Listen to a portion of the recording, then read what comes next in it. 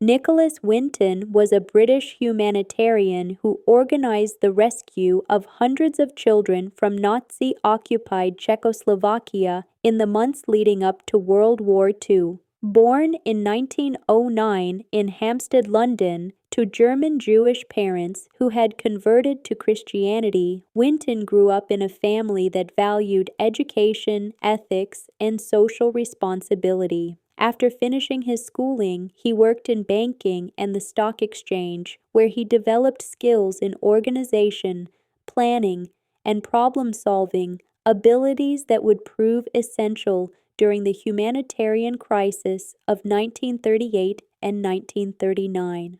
By the late 1930s, Europe was increasingly unstable.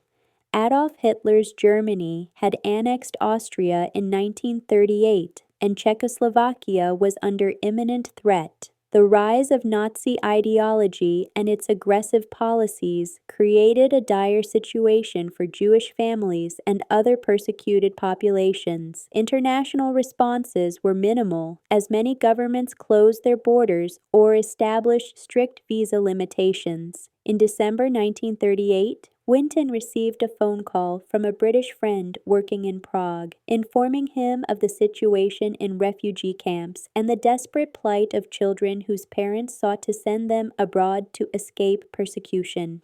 He decided to travel to Prague, postponing personal plans, and upon arrival, he was confronted with the extent of the crisis. Families lived in overcrowded shelters with insufficient food, clothing, and medical care. Children, many of them under 10 years old, were at risk of violence, deportation, or death.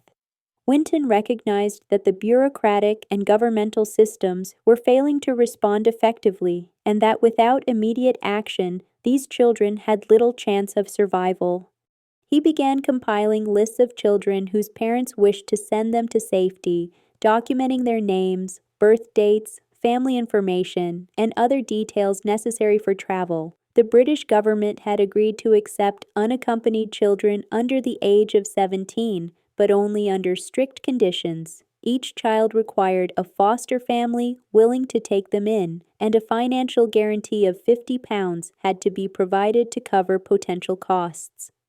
Winton returned to London and established a small operation from his home. During the day, he continued his work as a stockbroker. At night, he devoted himself to the rescue effort. His dining room became an office where he prepared documents, corresponded with British authorities, and contacted potential foster families. His mother assisted him in fundraising and arranging logistics. The process required meticulous organization. Each child needed identification documents, photographs, and correspondence confirming placement with a British family. Winton coordinated transport from Prague to the Netherlands by train, and from there, children traveled by ship to England. The first group left in March 1939, consisting of several dozen children who were successfully delivered to foster families in Britain. Each departure was carefully organized, and every arrival in London represented lives temporarily secured from imminent danger. Over the following months, Winton arranged 8 additional transports, ultimately bringing 669 children to safety. A 9th transport, scheduled to depart on September 1st, 1939, was canceled due to the outbreak of war, preventing the evacuation of another group of children.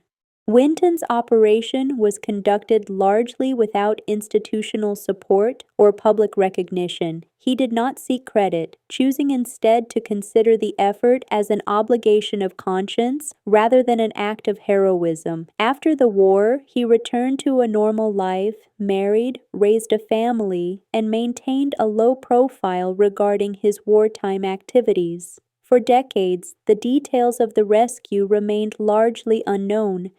In 1988, his wife discovered files in the family attic containing lists, photographs, and correspondence related to the Kindertransport operations he had organized. The material was shared with journalists and historians, eventually leading to public recognition through a BBC television program in which surviving children revealed themselves to Winton. The broadcast brought attention to the scale of his efforts, introducing him to international audiences. He was often described as Britain's Schindler, although he himself resisted such labels. Winton emphasized that his actions were not extraordinary, but were a rational response to an immediate humanitarian need. He highlighted that many more children could have been saved had governments and individuals acted with similar urgency. Recognition followed in the form of honors from the British government, including a knighthood, as well as awards from the Czech Republic and Israel. Despite these accolades, Winton maintained that the true measure of his work was not recognition, but the lives of the children who survived and the families they built. Historians and ethicists have since analyzed Winton's work as a model of individual initiative in the face of systemic failure. His case demonstrates that moral responsibility does not necessarily depend on formal authority or extraordinary resources, but on the willingness to act decisively within available means. Winton employed a systematic approach, applying organizational and logistical skills to ensure that every aspect of the operation was accounted for, from registration and documentation to transport and placement with foster families.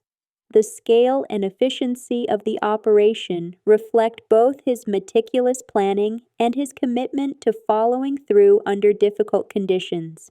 His philosophy emphasized empathy, reason, and practical action. He consistently argued that moral action is not a matter of courage in the traditional sense, but of recognizing necessity and implementing solutions. This perspective has influenced educational curricula, with schools teaching his life as an example of ethical decision-making, demonstrating that ordinary individuals can have a profound impact during times of crisis. Winton's example also invites reflection on broader historical patterns, particularly the role of bystanders and the consequences of inaction. The contrast between his initiative and the failures of governments underscores the importance of individual responsibility in situations where institutional mechanisms fall short. Survivors of the Kindertransport organized reunions, sharing their experiences and continuing to educate subsequent generations about Winton's work. These gatherings have contributed to the creation of a living legacy that extends beyond direct historical accounts. Winton continued to stress humility and practical responsibility, warning against elevating individuals to heroic status in a way that might absolve society of its own obligations.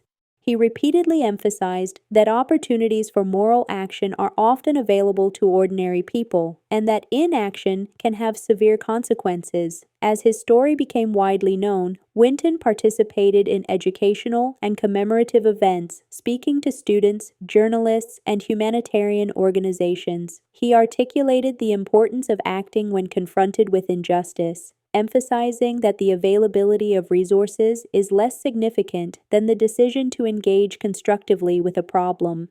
Winton's work has been the subject of historical study, with researchers examining both the logistical complexities of the rescue and its ethical significance. The operation highlights the intersection of organizational skill, moral judgment, and personal initiative, illustrating how structured approaches to humanitarian crises can produce meaningful outcomes. He also addressed the psychological aspects of moral decision-making, noting that the ability to perceive others as human beings deserving of care is fundamental to ethical action. Winton consistently linked empathy to practical measures, demonstrating that concern without action is insufficient. In reflecting on his own experiences, he identified systemic obstacles that could have prevented the rescue, including restrictive immigration policies, bureaucratic inertia, and social indifference.